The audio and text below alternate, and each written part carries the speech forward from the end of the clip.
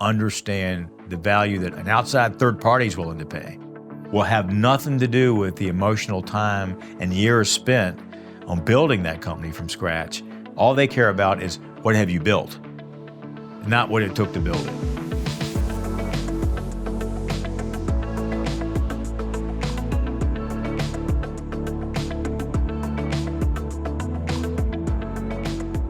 So now we're going to talk about business valuation. I think there's a couple important things to talk about why this is something important to hit on. Business valuation is an art. It's not a science. There's not a formula they pull off the internet or pull out of a book and say, you do 3x revenue and that's what we're worth. It's a whole lot more nuanced based on what business are you? What's the market bearing right now? Are you a hot industry or something that's kind of in the middle? Are there any buyers at all out there generally? Is it going to be internal? All these factors come into play. What we have found in almost every client situation we've worked with is that the perceived value of the business for the owner is they perceive it as being higher than it is in reality when they get a valuation performed. And the reason for that is the sweat equity knowledge of what it took to get where they are, and also the knowledge of what the business could be if it continues on this path.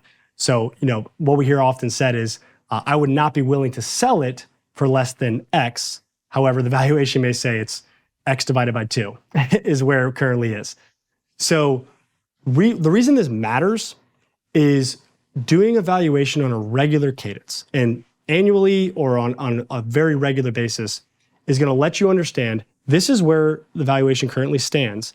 And based on, as we talked about in the first topic here, the number that's going to allow you to achieve your goals, which could be retirement or could be another business or could be something different entirely. Knowing what that number is allows you to know where am I in process towards this goal. And as I increase revenues and as I increase expenses and have different things occur in the business, how are those things affecting my value? To help you, again, make decisions about what are we doing or changing to get to that goal line on the milestone we have.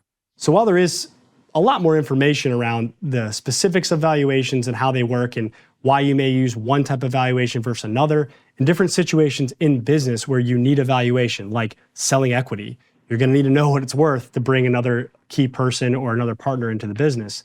Those all have specific uses for valuation, and happy to talk through more. But I think, again, from understanding what is a valuation, the art component of that, and why it can help you as an owner drive towards your goals, I want to lead that into the conversation around valuation and some of the stories we've seen that have helped our clients in the past. Something about business valuation that I think, everybody should be aware of. Certainly it's been something I've seen over a long time of doing this for clients and talking to clients about their business values is most business owners have an emotional attachment to their business. I know you can talk a little bit to that, but I can tell you when you have an emotional attachment, you overvalue things. Let's just leave it at that. You can elaborate if you want. What have you seen in that area? Yeah, there's a study that was recently done on this, but essentially business owners, when you are talking to, and I think we both know and have seen this so intimately and from personal experience in business, when you are talking to a business owner about their business and you're giving positive feedback, negative feedback, talking about how valuable it is, what they could get for it, the same exact part of their brain lights up through MRI studies on this as when you're talking about their children, right? So the folks they protect and love the most in the world, right, their family, it's the same part of their brain as a business when you're going through it. So when you say, they go, I think I'm worth about 5 million, 10 million, a valuation comes back and,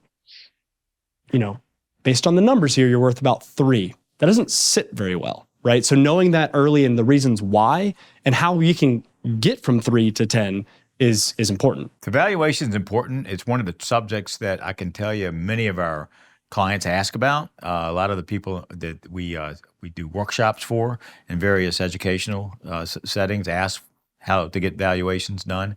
And it's important to know for a lot of reasons. I'll say this to you. If you're selling your business, don't wait. Don't wait. You should get out 5 years at least in front of it. And you can talk details if you want to about that. But selling a business should be something you plan for years to come. I'll say that. We get into detail with clients on how that works. The other thing I'll say is this. I can give you an example of I was brought into a client's case sitting at this table actually a number of years ago. Someone had offered to buy their business, and they'd offered to buy it based on the last 5 years of earnings, which is sometimes it's 3. They did 5. And the question I got was, do you think that's a good value for my business? And my answer is, why are you selling it? Do you have to sell it? Do you want to sell it? What's your financial situation look like? Like, how is this going to change your financial retirement income, right? I had a lot of questions, but I'll give you the conclusion. He didn't have to sell it. Probably the biggest contracts he'd ever gotten were about to be inked or had been inked.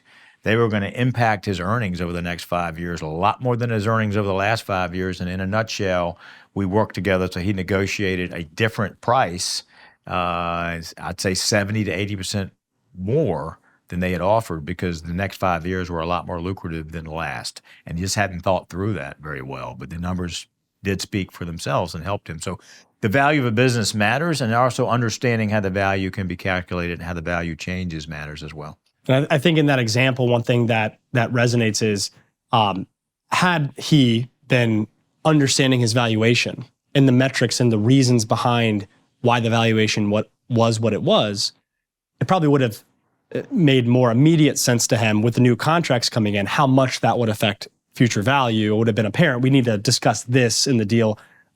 Having never been in the situation before, not knowing the value, I think, I'm very fortunate and grateful we were able to help get him to that point and realize the great outcome. But that's another reason why valuation, even before a transaction or a sale, is so important, is to understand what's affecting that valuation and where it really falls, so that you can be moving up that pathway and guiding to what you need or want it to be. I'll say this, when we're talking to owners who have an emotional attachment to their business and they're valuing it at a lot more than it's worth, it makes the conversation very difficult. And there's a lot of things to be talked about along those lines, but making sure that you help the owner understand the value that an outside third party is willing to pay will have nothing to do with the emotional time and years spent on building that company from scratch. All they care about is, what have you built, not what it took to build it. So they're selling what you have now, not what it took to get there. And getting to that point with an owner and a founder is very important. It's also difficult. Yeah. It's not easy to put a multiple on the sweat equity that came into where you are. The revenue and the profit and the expenses incurred is what a buyer is going to be looking at. Yeah. One of the things that we have some stats we can add in. There's been a study on exit planning, business owner selling of the business and exiting their business, that's been done on repeat on a regular basis. And the results of that show 80% plus range of businesses that are valued at $200 million or less, which is a major portion of small business in America. Those businesses, 80% never sell. And that's a shocking statistic when you first hear it, 80%. I mean, maybe I'd think 20, 30, 40%. No, 80% never sell. And the reasons why are several different things. But one of the important ones is what we've been talking about here, is the owner has a plan to sell. That's the idea. And as they're going through the process and get to the sale table, getting to age 65, 63, 64, they decide to start that process. And they're, in their mind, a $10 million business to sell and exit stage right, so to speak. They go to market or get some results back, and it's worth 3. And they're not willing to sell it for 3. So they're going to wait for the 10 to come around, and they're going to maybe try to do some things to get up to 10. And then they do those things, and they go, well, I think it's worth 12 now. And getting to that point of agreement that this is the value of your business. And the other reason is they're not quite sure they can sell it. They're not sure if they sell that and they don't have the income, is that going to, if they only get 3 for it, can they live off of that? They never had a plan getting there, and that unease and that uncertainty, the feeling of being shorted, the feeling of not being certain on the future past that point, leads them to not be able to sell, even with an offer. And by the time they're ready, there's no business left. So that's what, being a part of that proactive approach and planning, we hope to be a part of not seeing 80% of small businesses be shut down at the end of the day when the owner exits. It would be there's a sale opportunity or transition to the family or whatever it may be, a continuation of that effort. It's interesting on the business valuation subject. I'd say this to anybody that would listen that's a business owner. If you want to know the best way to accept the value for your company, even though it may be lower than your emotions say it should be, okay? Make sure by the time you are ready to sell that it represents 1/3 to 1/2 of your total estate. And then it's not something you depend on, it's something you're choosing to do. Right. Part of understanding how valuations work, and we've talked previously around cleaning up your house, cleaning up your business when you're looking forward to a sale. There's a client we worked with who was in a trucking-based business. He had a lot of truck equipment and had a typical, habit reflex of getting to the end of the year and using profits on the books to spend them down, to expense them, to enhance the business and to buy things of relevance, but to be able to take that deduction and the other tax advantages.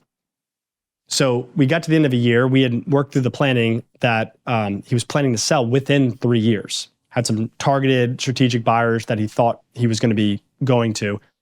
And in that process, we're in the meeting at the end of the year, and he talks about spending, I don't remember the exact number, but it was a significant amount of those profits into redoing, the tires and the wheels and engine overhauls and cleaning of their fleet, maybe buying a couple new trucks and using most of their profit.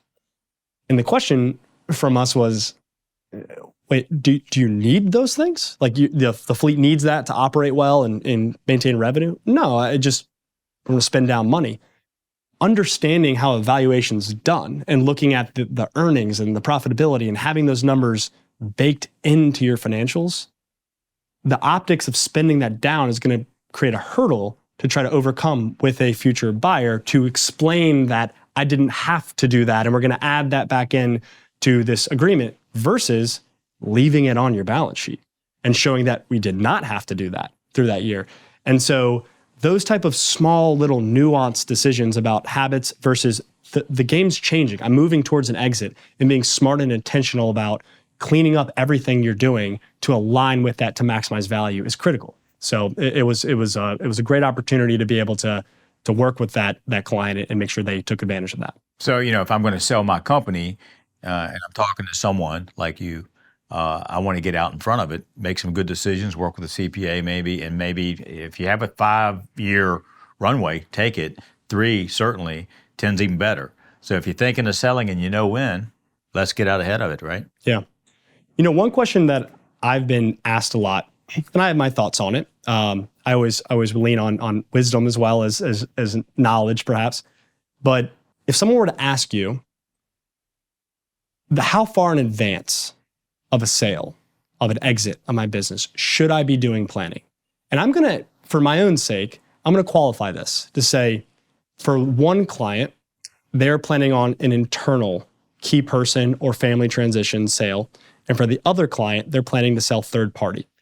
In your mind, do you see any difference or recommendation on the time frame each individual should utilize to make that happen? That's a good question. I'd say this: if I'm selling to a family member and or inside person employee, there's a bunch of things that come to light. One of them is both groups most probably can't afford to pay what it's going to cost to buy the business. But for whatever reason, I want them to be able to, right? So what I'd say about that is I'd love a 10-year runway. 15's even better, right? But I certainly would love a 10-year because I can do some things as a planner and as a business owner to put these folks in a position to be able to buy, number one. Number two, put myself in a position where it won't break my retirement if they don't run it as well as I did. Mm-hmm. Okay, so I don't want to get into too much there, but absolutely 10 years is good. 15's even better. Number one, if it's a third party, I need 5 to 7. I mean, you can do it in less, but you want to really build that company honestly, but also efficiently so that you're selling it for a real value. You're maximizing the value without hurting the business. So I need 5 to 7. Yeah, and I think that I agree. We work a lot of things together, but I definitely agree. The longer the runway you can get for the internal sale, the more you can do. And that really enhances options and flexibility. For the third party, you definitely need, like you said, 5 to 7 would be ideal. We've certainly worked in cases with 3 and less. Not ideal, but can be worked out. And I think that is important to understand. When that question gets asked, frankly, the answer is you should be planning for an exit as early as possible. Like, at least have a vision for what that is. That can change and shift, but work towards it the entire business life cycle. The reality is, often in business in the beginning, we're trying to get the revenues up and get the expenses and hire and grow, and there's not time. It doesn't feel like there's time to work on an exit plan. Still, even if it's just a skeleton, I would like to have this happen as early as possible. Is always going to benefit the owner. We've been talking about valuation here, we've done so many of them, and it seems like it's just a natural occurrence that we're also talking about exit planning. What do you do with that valuation? So I want to make sure the listener knows that they do tie closely together. Why do you need a valuation in the first place, right? So we're going to dig into more detail into the exit planning topic, but just know we've tied those two together a little bit because they fit naturally together. Right. And even to expand on that too, business continuation, where there's going to be another topic we hit here. All 3 of those, business continuation, succession or exit, and valuation, they're all really tied together with some nuance and differences, but you'll see those blending in our conversations as well. Yep. If you're looking for more educational content to expand on this a little further, we have a Business U workshop, which is a longer format workshop here over a 2-day period that allows you the opportunity to sit down with other business owners in the room, to ask specific questions to your needs, and to dig into these topics all the way through the nuts and bolts for everything that may be of concern to you or that you need to know specifically. If you'd like to attend a workshop, there's some information below. Finally, we've been working with business owners in this capacity for almost the last 40 years. And if you're looking for that advocate, that partner to be with you as you're guiding your business, we'd love to have you be a part of the team. And we'd love to see you be that person who brings their business to the ultimate value as their most valuable asset. Thank you.